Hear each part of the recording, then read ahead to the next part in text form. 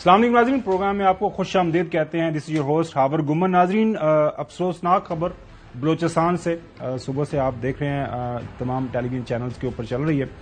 ابھی تک کی جو اطلاعات ہیں اس کے مطابق for the last couple of days during 39 جو ہیں 39 کے قریب دہشت گرد جو ہے ان کی ہلاکت کے حوالے سے خبر سامنے آ رہی ہے.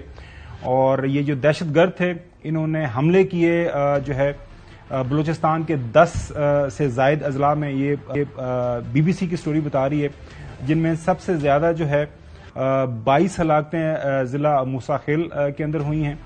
سرکاری حکام نے ابھی تک کلات سے کوئی 11 افراد کی ہلاکت کے حوالے سے تصدیق کی ہے. ضلع کچھی کے علاقے بولان میں بھی 6 افراد کے قتل ہونے کی جو ہے تصدیق کی گئی ہے.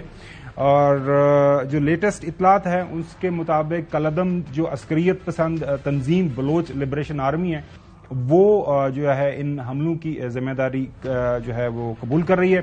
آئی ایس پی آر کی طرف سے جو انفارمیشن ابھی سامنے آئی ہے اس کے مطابق ان دہشت گردوں کے خلاف لڑتے ہوئے 14 جوان جو ہے انہیں جام شہادت نوش فرمایا ہے. اور جو متعلقہ سارے علاقے ہیں وہاں پہ کلیئرنس آپریشن اس وقت جاری ہے.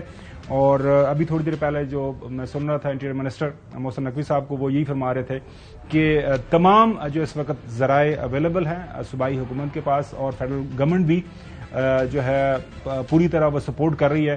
اور جو بھی یہ جو سارے ہینیس کارروائیوں کے پیچھے دہشت گرد ہیں جو تنظیمیں ہیں ان کے پیچھے ریاست پوری قوت کے ساتھ جائے گی.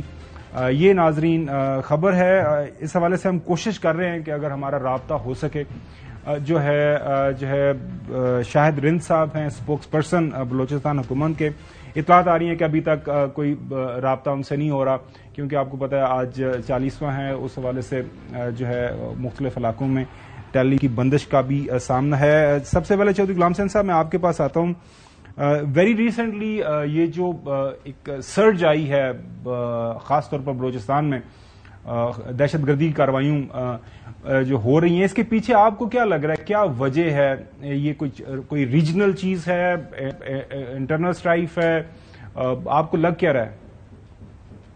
نہیں انٹرنل تو ایلیمنٹس ہیں جو بکاؤ مال ہے، معاشرے ایجنٹ ہیں جو اپنے مطلب ہے نیفیریس ڈیزائن اور پلان کے تحت دشمن کے اعلی کار بنے ہوئے ہیں. لیکن بیسیکلی دشمن جو آپ کا ازلی ابدی یہ دشمن ہے وہی ان چیزوں کے پیچھے ہے ان ون فارم اور دی ادر. لیکن اس نے اب بہت ہی گھٹیا اور شدید قسم کی کرائسس لائک سچویشن پیدا کر دی ہے. اور یہ صرف بلوچستان میں نہیں ہو رہا، کے پی میں بھی بہت واقعات، آج بھی واقعات ہوئے جس کا آپ نے ذکر نہیں کیا. بالکل شمالی وزیرستان سے خبریں آ رہی ہیں. جی بالکل صحیح. اور ہم ان کو چاہتے ہیں کہ ان کو پکڑ کے ان کو چوراہوں پر لٹکائیں تاکہ عبرت پکڑے. نقوی صاحب یہ واقعات آپ نے ان کے حوالے سے تفصیلات سنی لی. پرابلم یہ ہے کہ ریاست پاکستان ہمیشہ سے کوشش یہی کرتی آ رہی ہے کہ جتنے بھی کچھ ہمارے انٹرنل جو ایسے واقعات ہیں یا ایسی وجوہات ہیں اور کچھ لوگوں کو مس گائیڈ کیا جاتا ہے، مس لیڈ کیا جاتا ہے، ان کے ساتھ بات چیت کر کے معاملات کو بہتری کی طرف لے کے جایا جائے. بات چیت ہوتی بھی ہے. پھر ریاست جب یہ بات چیت کرتی ہے تو اس کو یہ لوگ کمزوری سمجھتے ہیں.